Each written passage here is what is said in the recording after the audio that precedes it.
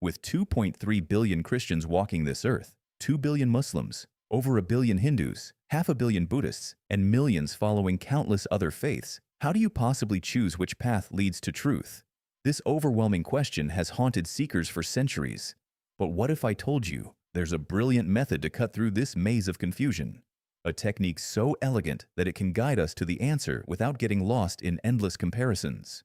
The great philosopher René Descartes gave us a powerful tool called methodical doubt. Picture this scenario. You're holding a basket overflowing with fruit. You reach in and grab a perfect apple. Your next grab yields a rotten one. Now, you could spend hours examining each piece individually, sorting good from bad. But Descartes suggests something far more efficient. Empty the entire basket. Start fresh. Only put back what you can verify as genuinely good. Let's apply this revolutionary approach to our spiritual quest. Rather than examining thousands of belief systems one by one, let's establish the fundamental requirements any true religion must meet. We'll build from the ground up, using reason as our guide. Think of constructing a skyscraper. You don't start with the decorative windows on the 50th floor. You begin with the foundation, then move systematically upward. Our investigation needs the same methodical approach. So here are our 3 essential filters.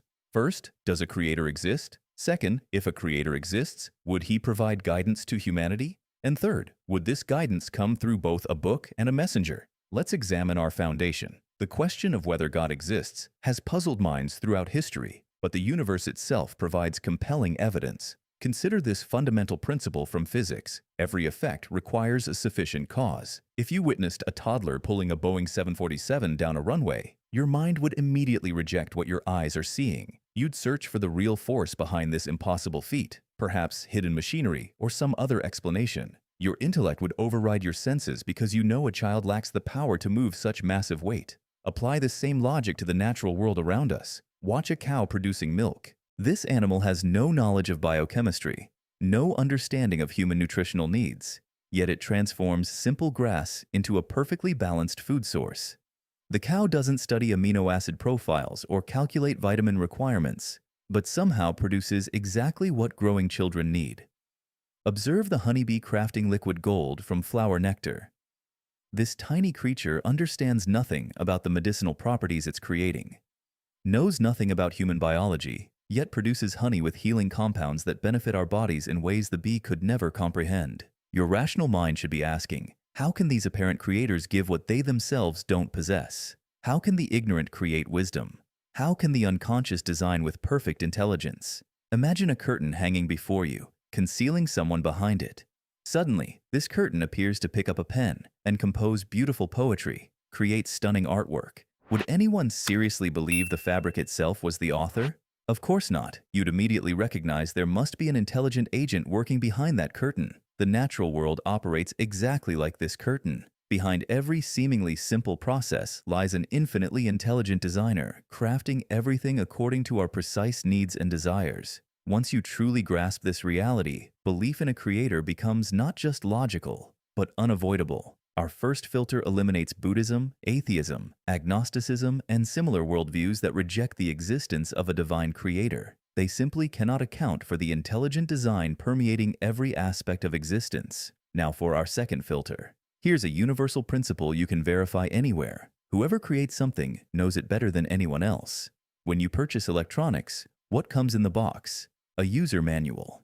The manufacturer is essentially telling you, we built this device, so we understand its capabilities and limitations better than anyone. This guide reflects our superior knowledge. If simple gadgets require instruction manuals, what about the most complex creation of all, human beings? Throughout history, every person has wrestled with life's deepest questions. Who am I? Why do I exist? Where did I come from? And where am I heading after death? What should I be doing with my limited time here? Would the Creator, who gave you a mind capable of asking these profound questions, leave you without answers? Would he provide user manuals for smartphones but abandon humanity to figure out life's purpose through trial and error? This is impossible. The same intelligence that designed your intricate body and complex mind would certainly provide guidance for living. Any true religion must therefore be grounded in a revealed book, a divine manual for human existence. This second filter removes belief systems like Shintoism, pantheism, and others that lack revealed scriptures or divine guidance. But here's a crucial question. Is a book alone sufficient? In school, you receive textbooks, but could you master calculus or chemistry without a teacher? Even the brightest students need instructors who can explain difficult concepts, provide examples, and demonstrate practical applications. Consider this analogy further. Teachers don't just explain material. They create learning environments, maintain classroom order, and motivate students who might otherwise lose interest. They bridge the gap between theoretical knowledge and real-world application. Similarly, any divine revelation would require a human messenger to demonstrate how these teachings translate into daily life. People need role models showing them how to implement spiritual principles in practical situations. Look at nature's examples. Bee colonies thrive under the leadership of a queen. Ant societies function efficiently with clear hierarchical guidance. Would the creator who organizes even insect communities leave humanity, his most honored creation, without leadership and direction? This is unthinkable. The same God who creates hundreds of flavors for your tongue, who designs your eyes to perceive millions of colors, who crafts your ears to distinguish countless sounds, would never abandon you to wander aimlessly through life's complexities. Our third filter requires that true religion include prophetic messengers who demonstrate divine teachings through their own lives. This eliminates Hinduism and other belief systems that lack clear prophetic tradition. When we apply these three rational filters to the world's 4,300 religions and philosophical systems, only three survive the screening: Judaism, Christianity, and Islam. All three acknowledge one creator, possess revealed scriptures, and recognize prophetic messengers. This convergence isn't coincidental. It demonstrates that these traditions, at their core, spring from the same divine source. Judaism centers around Moses, Christianity around Jesus, and Islam recognizes Muhammad as the final messenger.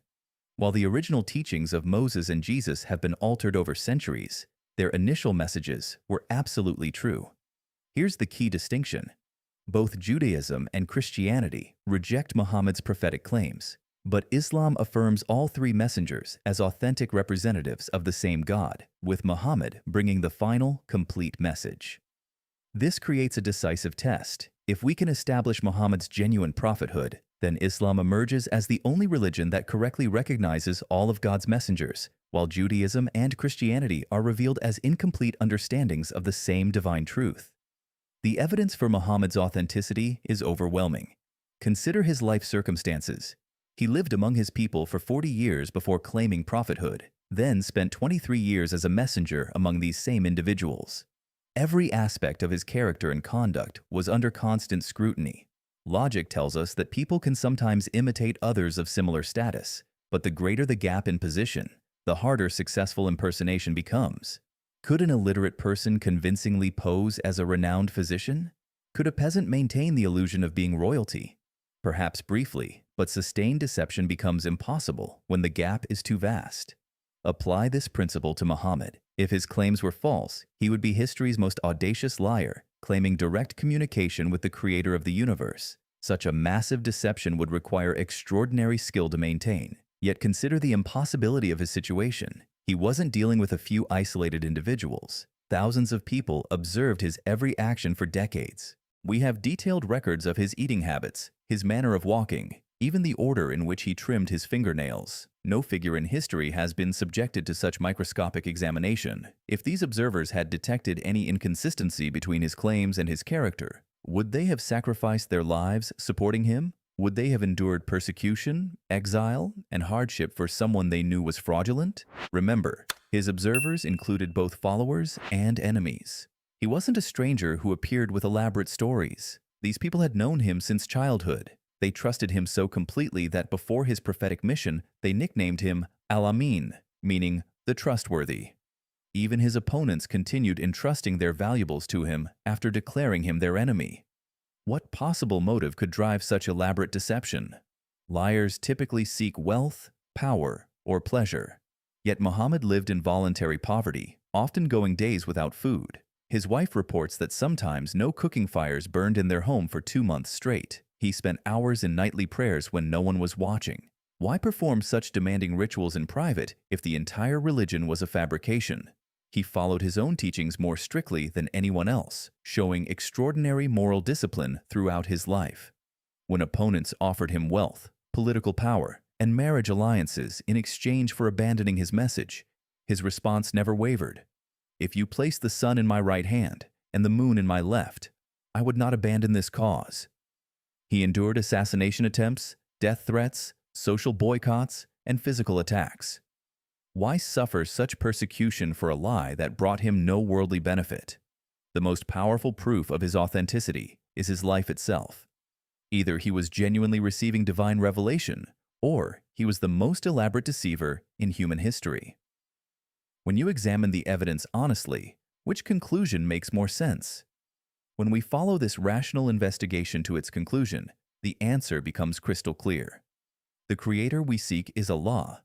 The book we need is the Quran. The messenger we should follow is Muhammad. Remember our original question: why choose Islam among 4,300 options? Because when we empty the basket and examine each piece of fruit carefully, only Islam passes every test of authenticity, completeness, and truth. This isn't about blind faith or cultural preference. This is about following reason and evidence to their logical destination. Islam isn't just another religion competing for attention. It's the natural conclusion of honest spiritual investigation.